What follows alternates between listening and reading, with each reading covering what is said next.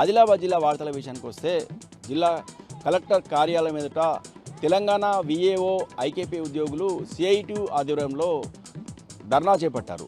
ఈ సందర్భంగా తమ సమస్యలను పరిష్కరించాలని ప్రభుత్వాన్ని డిమాండ్ చేశారు. తమకు కనీస వేతనము 20,000 రూపాయలు చెల్లించాలని, అలాగే 10 లక్షల బీమా సౌకర్యం కల్పించాలని ఈ సందర్భంగా ప్రభుత్వాన్ని విజ్ఞప్తి చేశారు.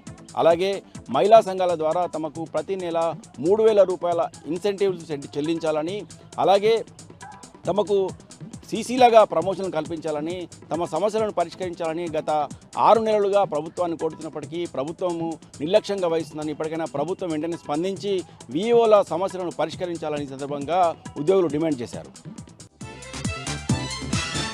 ఇక నిర్మల్ జిల్లా వార్తల విషయానికి వస్తే నిర్మల్ జిల్లాలో పెద్దపులి సంచారం స్థానికంగా కలకలం సృష్టిస్తుంది. పెంబి అటవీ ప్రాంతంలో, అలాగే సారంగపూర్, కుంటాల, దిలావర్పూర్, నర్సాపూర్ మండలాల పరిధిలోని అటవీ ప్రాంత పరిధిలో ఉన్న గ్రామస్తులకు ఈ పులి సంచారం కంటి మీద కునుకు లేకుండా చేస్తుంది.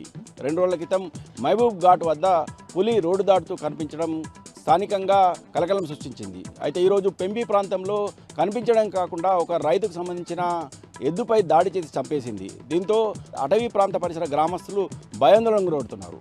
అయితే అటవీ శాఖ మాత్రం అప్రమత్తమై అటవీ ప్రాంత పరిధిలో ఉన్న గ్రామస్తులు అప్రమత్తంగా ఉండాలని చాటింపు చేస్తున్నారు. ప్రతి గ్రామంలో చాటింపు చేస్తూ ప్రజలు అప్రమత్తంగా ఉండాలని, అడవులకు వెళ్ళే సమయంలో ఒంటరిగా వెళ్ళరాదని, అలాగే ఉదయం నుంచి సాయంత్రం 6 గంటల తర్వాత ఒంటరిగా బయటకు వెళ్ళే ప్రయత్నం చేయొద్దని ఈ సందర్భంగా అటవీ శాఖ అధికారులు ప్రజలకు సూచించారు.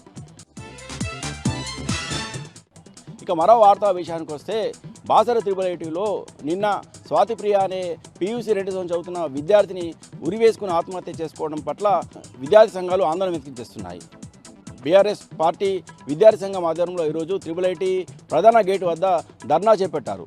దీంతో ఈ సందర్భంగా ఇటు పోలీసులకు, త్రిబుల్ సెక్యూరిటీ గార్డులకు, బీఆర్ఎస్ విద్యార్థి సంఘాలకు మధ్య తోపులాట జరిగింది. ఈ సందర్భంగా బీఆర్ఎస్ పార్టీ విద్యార్థి విభాగం సంఘ నాయకులను అరెస్ట్ చేయడం జరిగింది. ఈ సందర్భంగా బీఆర్ఎస్ విద్యార్థి సంఘం సంబంధించిన నాయకులు మాట్లాడుతూ త్రిబుల్ జరుగుతున్న ఘోరాలపై విచారణ చేపట్టాలని సందర్భంగా డిమాండ్ చేశారు. అలాగే ఆత్మహత్యలకు కారణాలు తెలుసుకుని విద్యార్థులు భవిష్యత్తులో ఆత్మహత్యలు చేసుకోకుండా యాజమాన్యం చర్యలు చేపట్టాలని, అలాగే త్రిబుల్ జరుగుతున్న ఘోరాలపై విచారణ జరగాలని ఈ సందర్భంగా డిమాండ్